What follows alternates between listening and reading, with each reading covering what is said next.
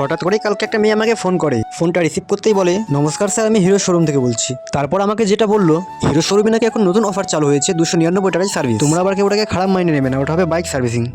তাই আমি আর দেরি না করে তার পরের দিনই চলে গেলাম। আর এদিকে যখন আমি বাইক চালাচ্ছিলাম তখন ক্যামেরাটা আমি ধরতে দিয়েছিলাম ওকে। ভিডিও তো করতে পারছি না, বারবার ফোনটা বেঁকিয়ে ফেলছে। তারপর আমি ওকে বললাম, নে ভাই, তোকে ভিডিও করতে হবে না, তুই বাইক চালা। তার কারণ ও আর যাই করুক, বাইকটা ভালোই চালাই। আর আজকে আমি বাইকের শোরুমে যাচ্ছি, তার কারণ আমি নতুন একটা বাইক নেবো।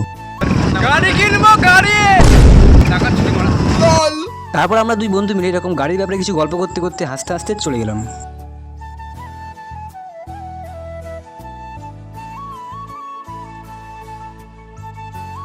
এখন এই মুহূর্তে আমরা আছি দেবগ্রাম টু পলাশি রোডে। বাইকের শোরুমের কাছাকাছি আমরা চলে এসেছি।